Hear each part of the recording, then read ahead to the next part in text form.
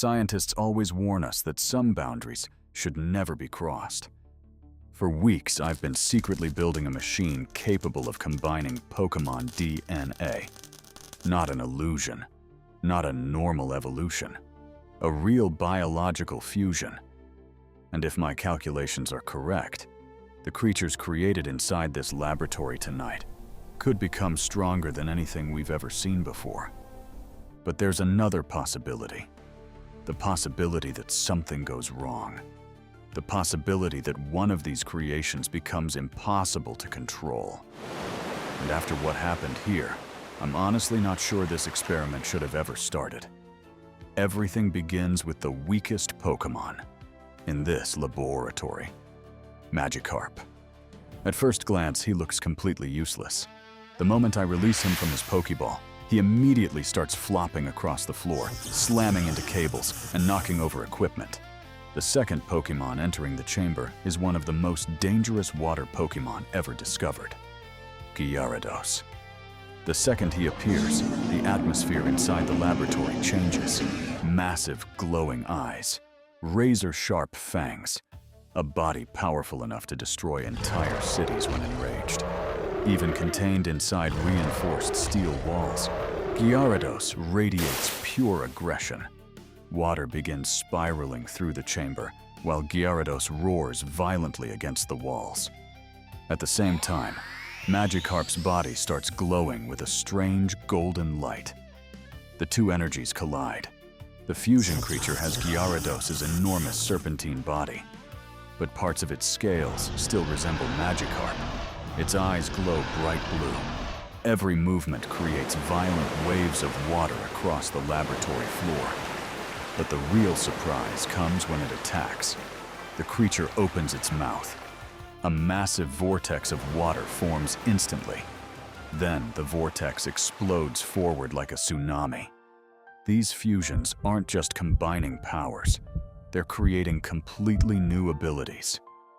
This time, we're combining fire with nature. Two forces that should never coexist.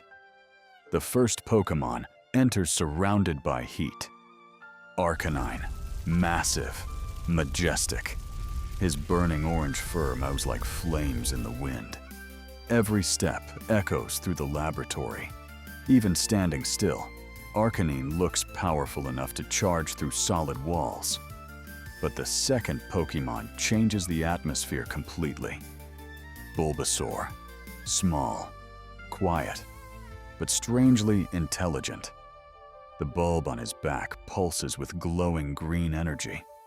Small vines slowly crawl across the floor toward Arcanine, as if reacting to the fire. Normally, these Pokémon would never work together. I activate the fusion sequence. Immediately, something feels wrong. The chamber temperature spikes dangerously high, then everything stops. Total silence. The chamber slowly opens. A huge shadow steps forward. The fusion has Arcanine's massive body and flaming mane. But growing across its back are enormous glowing vines covered in burning thorns. The creature stares at a training target, then attacks. The vines shoot forward across the room. Halfway through the air, they ignite. The burning vines wrap around the target before exploding into a storm of fire. The shockwave cracks the laboratory windows. Okay, that was far stronger than expected. And now I'm starting to understand something. Every new fusion becomes more unstable. Two experiments. Two creatures already far beyond normal Pokémon. But now we're about to test something even more dangerous. Electricity, water, speed, and unpredictability.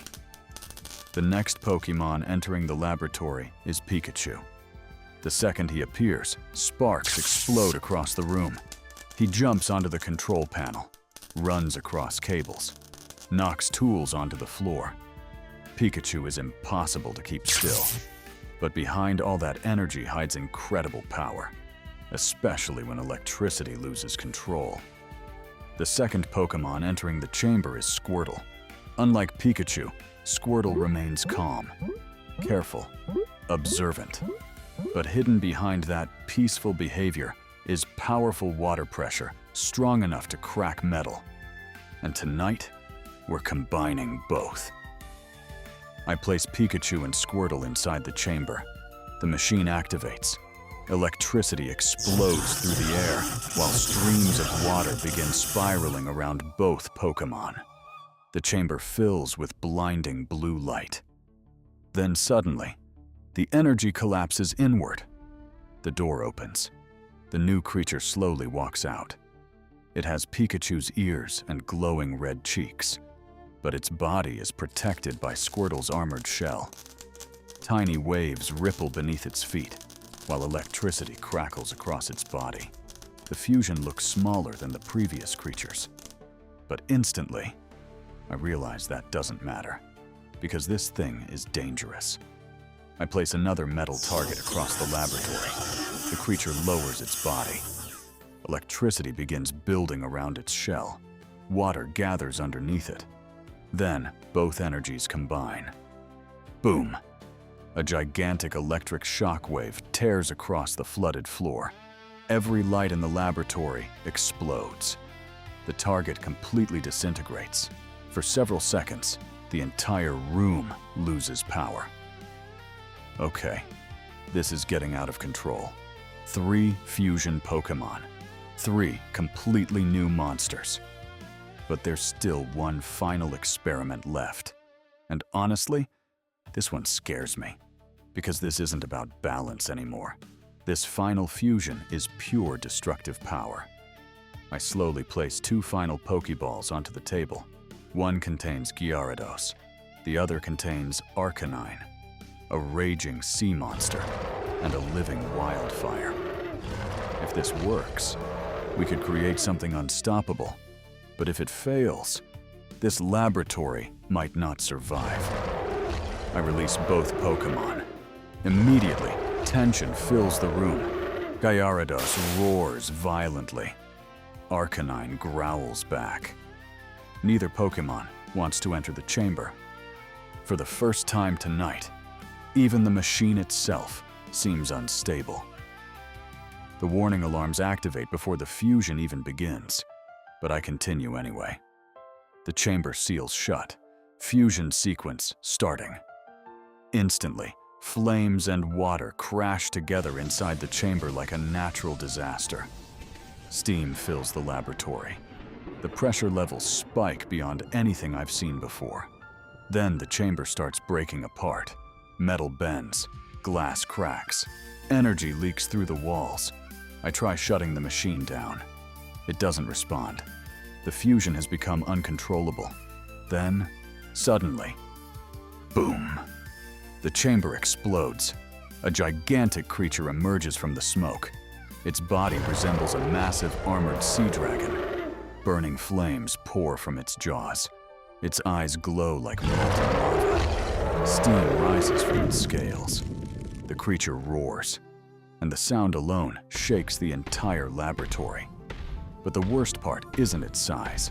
It's the way it moves. This fusion doesn't look confused. It looks angry. The monster smashes through the fusion chamber wall instantly. Electricity explodes across the monster's armor.